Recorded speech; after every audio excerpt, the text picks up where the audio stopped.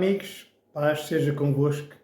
Hoje te quero comentar um vídeo aqui de um grande homem reconhecido no Brasil como pastor e homem de Deus, que é o Hernandes Dias, evangélico, defende a eleição, a predestinação, e ele vem dizer que a nossa salvação é feita em 3 etapas. Então, como isto é uma completa loucura, né, do Hernandes Dias, eu quero então colocar esse vídeo para vocês verem e depois vou comentar para explicar então porque é que isto é uma loucura. O fato de você saber que você tem nele a vida eterna não isenta você de continuar sendo pecador. Nós, teologicamente falando, usamos uma expressão assim: nós já fomos salvos, nós estamos sendo salvos e nós seremos salvos. Nós já fomos salvos da condenação do pecado. Isso é justificação. Nós estamos sendo salvos do poder do pecado. Isso é santificação. E nós seremos salvos da presença do pecado. E isso é glorificação. Agora, o pecado está aí. Só um louco poderia dizer: eu não peco mais. Todos pecaram e destituídos estão da glória de Deus.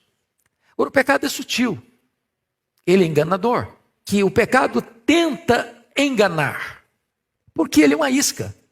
Ele parece gostoso, apetitoso, saboroso, prazeroso, mas ele esconde por trás dessa proposta um anzol que fisga e que mata. Dá vontade de rir, não é? Como é que um homem que acredita em eleição e predestinação diz uma barbaridade destas? Como? Como é que a gente pode ser salvo em 3 etapas? Então somos como fôssemos salvos 3 vezes? Olhem, amigos, abram comigo a vossa Bíblia em Gálatas no capítulo 2 e vejam o que é que está escrito que o nosso amado irmão Paulo escreveu.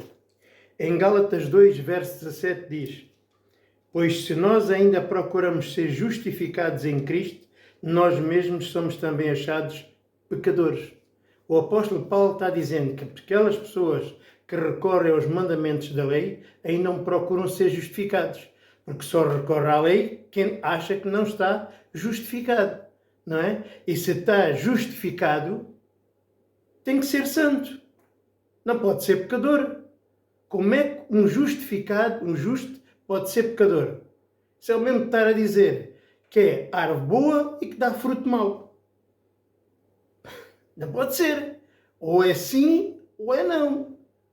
Não é? Ser justificado, há pessoas que não sabem o que é isso. O que é ser justificado? É ter cumprido tudo o que Deus exige, que é a fé. A única coisa que Deus manda é que a gente confie nele. Na lei era o que a gente fazia, era a nossa justiça. A graça não. O Evangelho é o poder de Deus, é a justiça de Deus para a salvação de todo o que nele crê. É pela fé. A fé que mostra a salvação. E quem está justificado não tem pecado. Senão não estava justificado. Era pecador. Então, não podes ser pecador, né, e estar justificado ao mesmo tempo. Ou é justo, ou és pecador. Não pode, não pode. Além disso, ele diz que aquele que está justificado continua a ser pecador. A ti, como é que o pecador se vai santificar a seguir? Como é que tu tiras santidade do pecado? Se tu és pecador, como é que te santificas? O apóstolo Paulo está dizendo que Cristo não é ministro dos pecadores. Porque se tu crês em Jesus Cristo, já não existe pecado.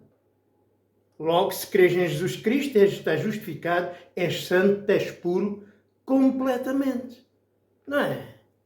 Mas aquele que diz que ainda é pecador, não tem Cristo, que é aquilo que a gente acabou de ler. Veja o que é que diz a seguir. É porventura Cristo ministro do pecado? De maneira nenhuma.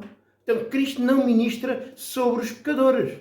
Cristo veio morrer pelos pecadores, mas agora só ministra aos justos, àqueles que nele creem, não aos outros. Não é? Não aos outros.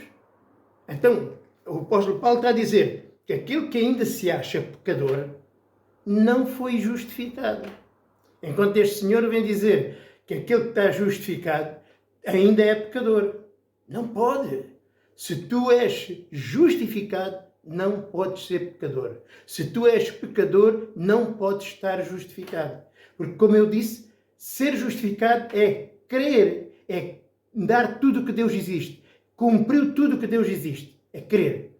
A vida eterna é isto. Quem crê tem vida eterna. Ser santo é não ter pecado.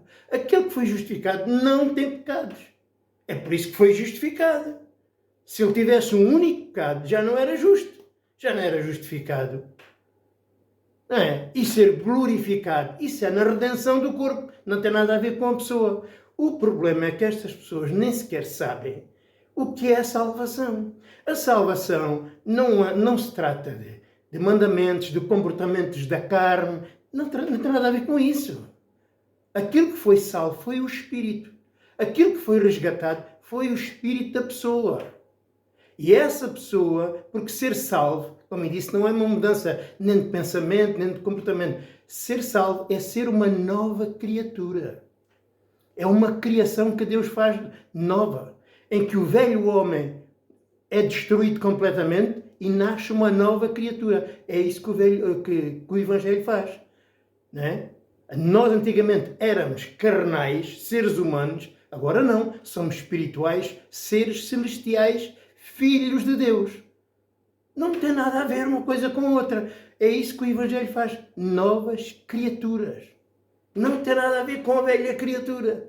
Então, e se nós não conseguimos mudar a velha criatura, que foi, né, que é pecadora pelo pecado de Adão, vamos conseguir corromper a nova criatura eterna que Deus santificou? Qual é maior, o pecado de Adão ou a justiça de Cristo? Claramente que é a justiça de Cristo. Não tem nada a ver uma coisa com outra. E torno a dizer, se ele diz que nós somos pecadores, apesar de justificados, como é que te santificas? Vais-te santificar com as obras? Quer dizer que assim a obra não é de Deus. Né? A obra também é tua. Aquele que nasceu de Deus é santo, é justo e não peca mais. Nunca mais peca. Ele diz assim, que quem acha que não peca é louco. Não, o louco é dizer que o nascido de Deus peca. O nascido de Deus não é o ser humano que tu vês. O nascido de Deus é o Espírito. A tua natureza, se tu nasceste de novo, não tens sombra de pecado. E nem pecas nunca mais. Sabes porquê? Porque nunca mais te vais levantar contra Deus de coração. A carne, sim. A carne tem a lei do pecado e não te deixa fazer aquilo que tu queres. E por isso Paulo diz, aquilo que eu quero, eu, a nova criatura, quero, não faço. Mas aquilo que eu, a nova criatura, não quero, isso já faço. E acrescenta, logo, se eu faço o que não quero, se eu faço o mal que não quero, não sou eu. É a minha natureza carnal. Porque por minha vontade eu nunca mais pecava. Mas na carne está a lei do pecado que me impede de fazer a vontade de Deus. E isto para quê? Para que eu reconheça que sem Deus, apesar de estar salvo, não consigo fazer nada. Mas eu de coração nunca mais eu vou sequer cobiçar o pecado. Quanto mais morrer pelo pecado. Então, Cristo veio anular a morte. E ele diz que a gente pode morrer pelo pecado. Jesus disse, quem crê em mim tem vida eterna. O que é vida eterna? É uma vida que não acaba, é para sempre. E disse mais, e não entrará em condenação, mas passou da morte para a vida. Foi isso que aconteceu com o nosso espírito. O nosso espírito renascido de Deus é igual a Deus. A mesma santidade, a mesma pureza, de tal maneira que o próprio Deus vive dentro do nosso coração. Vocês acham que Deus estava junto com o pecado? Aquilo que Deus santificou, o homem não pode corromper. Ele santificou o espírito de todos aqueles que acreditam de coração em Deus. E aí não há pecado. E nunca vai pecar. Nunca, nunca, nunca. Nem pode. É contra a natureza dele. É por isso que o eleito odeia a mentira. É por isso que o eleito detesta o engano e o pecado. A cobiça que tu sentes é da tua carne. A tua carne é que está cheia de cobiça. Mas lá está. Quando fazes o mal, fazes o que não queres. Por isso choras, por isso te arrependes.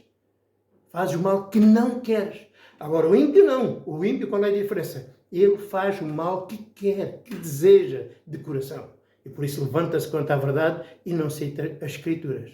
Estão a entender? Então, salvação não é uma coisa assim qualquer. E tudo isso aconteceu é pela morte de Jesus Cristo. Vejam, vamos ver aquilo, o que está escrito em Hebreus, no capítulo 10. Vejam só. Aí em Hebreus, no capítulo 10, o nosso apóstolo Paulo diz o seguinte. Vejam só. A partir do verso 5. Pelo que entrando no mundo diz, sacrifício e oferta não quiseste, mas um corpo me preparaste. Holocaustos e oblações pelo pecado não te agradaram. Então disse, eis que eu venho no princípio do livro para fazer, ó Deus, a tua vontade. Agora repara o que é que diz no verso 9. Então disse, eis que venho, Deus, para fazer a tua vontade. Tira o primeiro pacto para estabelecer o segundo. Na qual vontade, que é na vontade de Deus, na qual vontade temos sido santificados pela oferta do corpo de Jesus, feita uma vez. Então, até é como ia santificar? Não, nós somos santos pela oferta do corpo de Jesus.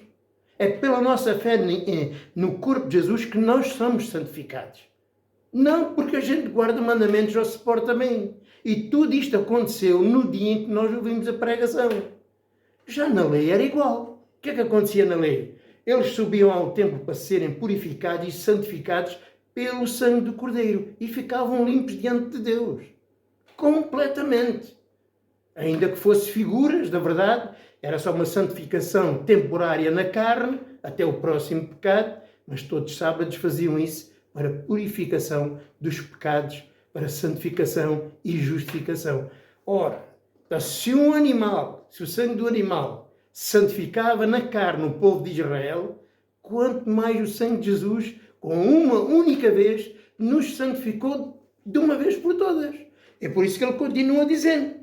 Vejam só, assim todo o sacerdote aparece cada dia ministrando, oferecendo muitas vezes os mesmos sacrifícios que nunca podem tirar pecados. Mas este, oferecendo um único sacrifício pelos pecados, está sentado à direita de Deus. Um único. Com um único sacrifício, a salvação é completa. E acaba terminando, verso 14. Porque com uma só oferta aperfeiçoou para sempre, os que são santificados. Quem são os santificados? Diz aí no verso 10. Fomos santificados pela oferta do corpo de Jesus. Então, tudo aconteceu lá. É por isso é que ele disse, está tudo cumprido, tudo está consumado. É pela oferta do sangue de Jesus que fomos justificados, santificados e guardados para a glória. Nem existem estas etapas. Quando crês a tua salvação, no dia em que crês de coração, é do mesmo tamanho até o último dia da tua vida. A vida não cresce. A vida é sempre a mesma. Estão a entender? O que cresce é o teu conhecimento. Agora, a vida que tu tens é sempre a mesma. O ser é perfeito. O ser, a nova criatura é perfeito, exatamente igual a Cristo.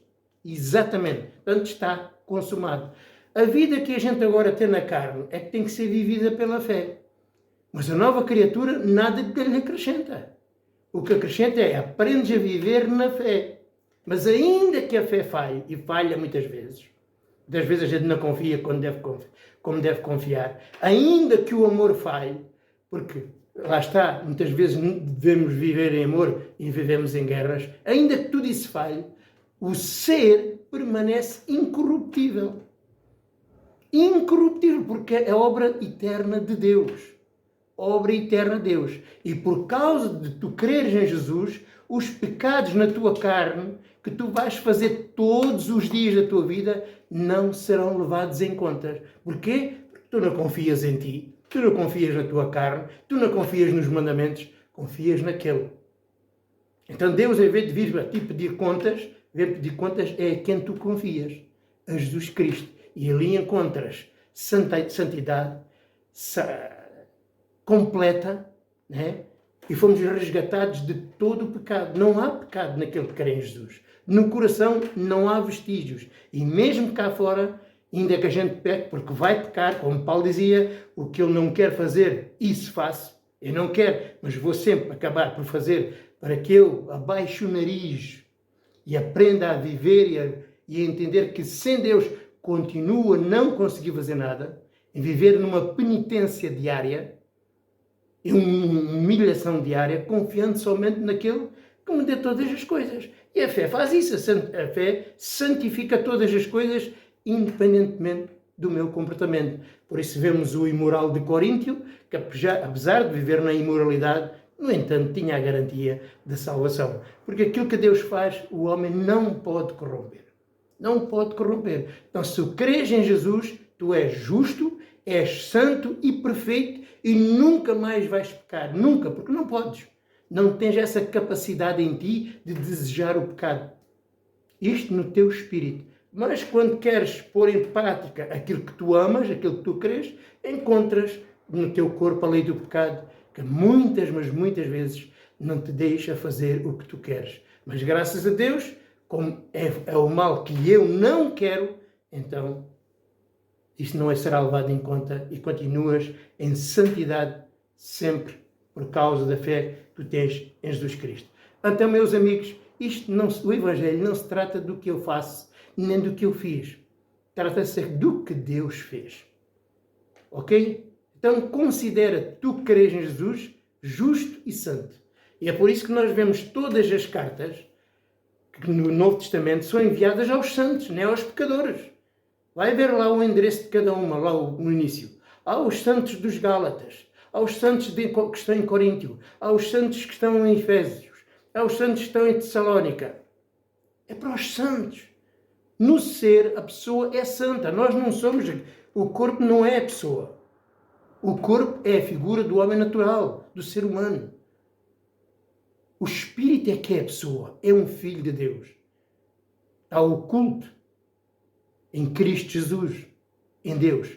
Esse é santo, perfeito, exatamente igual a Cristo. Exatamente igual a Cristo.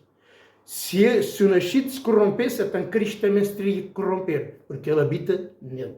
Isso é mentira. Portanto, aquela frase, salvo uma vez, salvo para sempre, é a realidade. Porque Deus fez uma obra eterna. Quem crê em mim tem vida eterna. E não passará para a condenação, mas passou da morte para a vida. Cristo gritou, está consumado. Mas o Hernandes Dias continua a não ouvir o que Deus diz. Está feito. O princípio e o fim da nossa salvação é a morte e a ressurreição de Jesus Cristo. Não o que eu faço ou venho a fazer. Nada do que eu faça me acrescenta e nada do que Deus fazer me retira. Não, a obra é de Deus, do princípio até o fim. E até o viver pela fé, porque eu vivo pela fé na carne, né? Porque no espírito não preciso viver pela fé, Cristo está lá, mas aqui na carne, como eu não vejo, não vejo Jesus Cristo, estamos já ausentes, eu tenho que viver pela fé. E é por isso que Paulo diz que agora já não vivo mais eu, mas Cristo vive em mim, e a vida que eu agora tenho na carne, vivo-a pela fé em Jesus Cristo.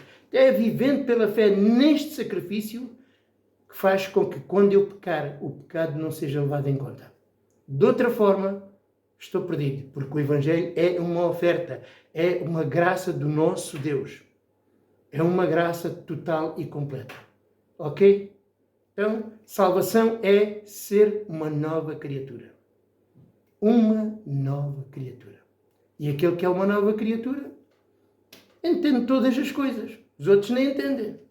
Né? Porquê? Porque só sendo uma nova criatura, à imagem de Jesus, é que a gente tem capacidade de entender a linguagem do Espírito, tendo o Espírito de Cristo, a mente de Cristo, a natureza de Cristo. No passado também houve muitos que deram testemunho de fé. Abraão, Isaac, os profetas, né? Eles creram. Eles foram santificados e justificados pelo sangue dos animais, mas não lhes serviu de nada, porque por isso diz a Bíblia no capítulo 11, verso 13, todos eles morreram na fé, mas não herdaram coisíssima nenhuma. Porquê? Porque a fé só funciona a sério é pelo sangue de Jesus e não no sangue dos animais.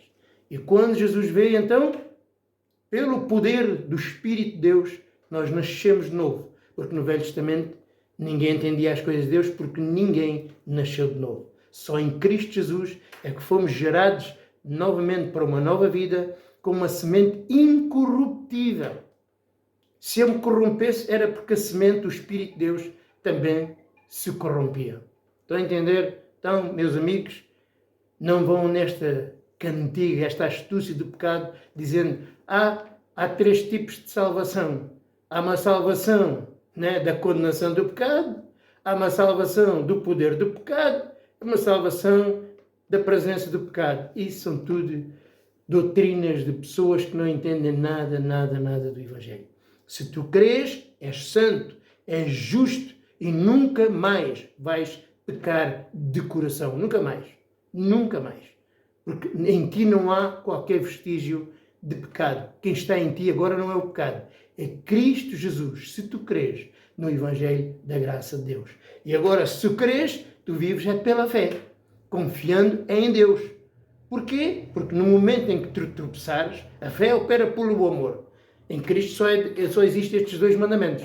Os 10 mandamentos não existem. Existem 2 mandamentos. Fé para com Deus e amor para com os homens. E a fé opera pelo amor. Sabendo o quê? Que muitas vezes não vais confiar como devias e que muitas vezes não vais amar como devias. Mas ainda que isso falhe, porque estás num caminho de aprendizagem, o ser permanece intocável. É incorruptível. Tem uma vida eterna. É obra pura de Deus. Porque tu só pecas nesta vida por causa do corpo do pecado, que um dia dará lugar a outro corpo. Mas até lá, o mal tem o seu objetivo para nos ensinar e mostrar que sem Deus não somos nada e pouco a pouco vamos cada vez nos aperfeiçoando e aprendendo a confiar em Deus em todas as circunstâncias. Mas isso tudo é obra de Deus. Ele começou a obra e Ele acabará a obra. Ele acabou a obra no teu coração e acabará na tua vida aqui na terra, sendo provado por muitas adversidades, mas porque o teu coração é incorruptível, nunca mais serás pecador, então tens a garantia que vais vencer. Ok? Deus vos abençoe e até uma nova oportunidade.